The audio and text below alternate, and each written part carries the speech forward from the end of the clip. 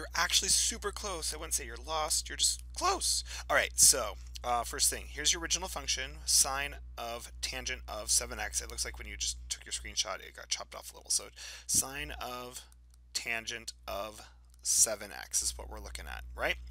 Okay, now you started off perfectly. You said, okay, start from the outside. Derivative of sine is cosine, right? Okay, so that's perfect. Then what do you do with the stuff, the input? Leave it alone, which you did. That's perfect. So now you scratch out your sign. You say, okay, I've done that.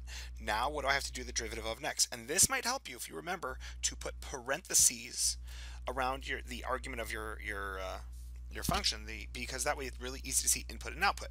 Okay, so now the derivative of tangent. So you said, okay, this is a chain rule, so I have to do times.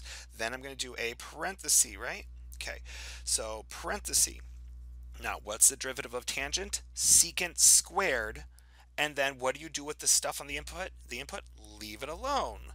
So therefore, it should be the derivative of tangent is secant squared, and the input of 7x stays 7x. Okay, so now we've done the derivative of tangent.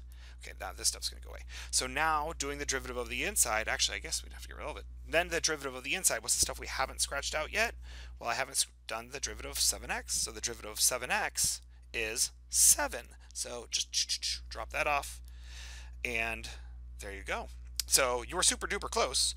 Your issue was, I think you forgot to treat this 7x as the input of tangent, and then that's where everything kind of went crazy. So remember, trig functions have to have an input. So if it helps you draw those parentheses to help you really see it, draw those parentheses on to help you see what's the input of the function.